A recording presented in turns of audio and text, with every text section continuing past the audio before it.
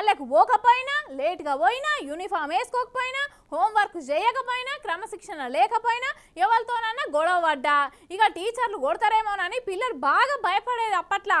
కానీ ఈ రోజులు మారినాయిలా టీచర్లకు పిల్లలు భయపడతలేరు. తప్పు చేస్తే టీచర్లను కూడా పిల్లలే భయపెడతా అన్నారు.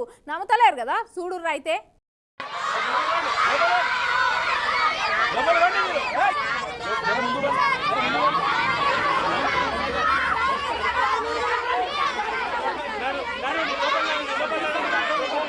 యోగిడ క్లాస్ రూమ్లలో ఉండాల్సిన పిల్లలు బయటకు వచ్చేమో అల్లరి అల్లరి చేస్తుంది. ఏం కావచ్చో రాసుకుందాం పాండ్రి. ఓ బుజ్జి చెప్పురా ఏమైందో. సార్ ప్రిన్సిపల్ మేడం చెప్పారండి అన్ని లాగా మాత్రం చేయించుకుంటే సార్ ఈవెన్ కార్ వాష్ చేసుకుంటే బాత్రూమ్ ఈ బాత్రూమ్ నుంచి ఆ బాత్రూమ్ వాటర్ బకెట్ పెట్టించుకుంటే సార్ పైపులు పంపించుకుంటే సార్ డైలీ డైనింగ్ నుంచి స్పెషల్ ఫుడ్ చేయించుకుంటారు సార్. ఇంకా చెప్పాలంటే ఒక్కసారి ప్రిన్సిపల్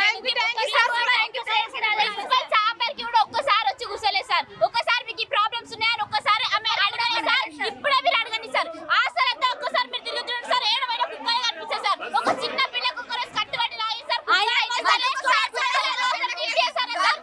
మేడం చెప్పాలంటే ఈరోజు సార్ ఎవరైనా ఆఫీసర్స్ వాళ్ళు వస్తేనే పైన చూసినే సార్. అసలు ఇంకో రోజు ప్రతి మేడమ్స్ ఈవినింగ్ చాంబర్ కి వెళ్ళి సిగ్నేచర్ పెట్టి ఇంటికి వెళ్ళాలి సార్. మేడమ్స్ అందరూ వచ్చి ప్రిన్సిపల్ క్వార్టర్స్ కి ఎందుకు వచ్చి సిగ్నేచర్ పెట్టాలి సార్? ఏమంటుంది నేను ఇక్కడ ఉన్నా కదా క్వార్టర్స్ రండి ప్రిన్సిపల్ రూమ్ కి ఎందుకు వద్దు అని అంటుంది. ప్రిన్సిపల్ రూమ్ ఎందుకు ఉంది సార్? ప్రిన్సిపల్ మేడం కూర్చోండి రూమ్ లోనే కదా, ఎందుకు ఉంది రూమ్ లా?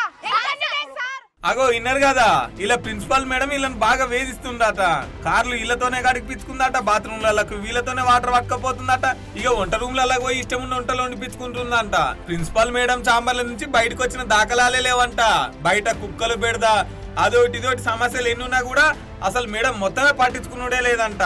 గందుకని ఈ పిల్లలు ప్రిన్సిపల్ మేడం వ్యతిరేకంగా నిరసన తెలుపుతున్నారు. ఇదే ముచ్చట్ను ప్రిన్సిపల్ మేడం అడిగితే గిట్లా అంటుంది. పిల్లలకు అయితే నా వల్ల ఎలాంటి ప్రాబ్లం లేదు. యాజ్ ఇట్ ఈస్ గా మేము అన్ని ఇంప్లిమెంట్ చేసుకుంటాం.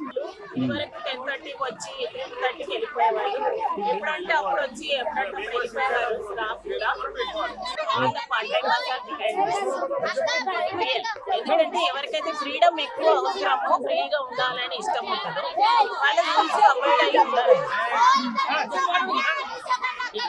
రాదు ప్రాపర్ వాళ్ళకు క్వాలిఫికేషన్స్ లేవు, అయినా గెటార్ అయిపోతున్నారు ఇయర్స్ టుగెదర్. చదువులేని చెప్పారు, మొత్తం కాపీయింగ్ చేపిస్తారు, మాస్ కాపీ. ఇప్పుడు అవన్నీ మనం కంట్రోల్ చేస్తూ ఉంటే పిల్లలకు భవిష్యత్తు అగమ్య గోచరం ఉంటుంది. 10 out of 10 GPA వచ్చిన వాళ్ళు సిఓఈల సీట్లో చూడ they are coming back to this. అగో విన్నారు కదా, ఈ పిల్లలకే వాళ్ళ కుట్ర పనే చేపిస్తున్నారంట.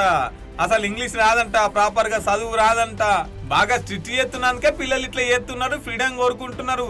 అంతే తప్ప నేను వీళ్ళతో ఎసొంటి పని చేపియాలి అనుకొస్తాంది. ఇది సంగారెడ్డి జిల్లా ఆందోళన బాలికల గురుకుల పాఠశాలలో జరిగింది.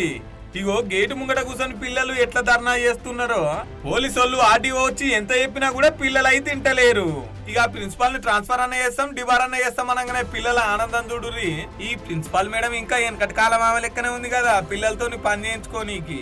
చదువు చెప్పమని ఒకరిచ్చి బాలేకు వెళ్తే జీతం తీసుకుంటుంది, పోరగాళ్ళతో పని చేపిస్తుంది. పోరగాళ్ళ మంచి చెడు అయితే అరుచుకుంటలేదని పబ్లిక్ కూడా బాగానే గరంగా వచ్చిర్రు ఈ ప్రిన్సిపాల్ మేడం మీద. ఇక చూడాలి మరి ముచ్చట ముంగట ఏమైతుందో.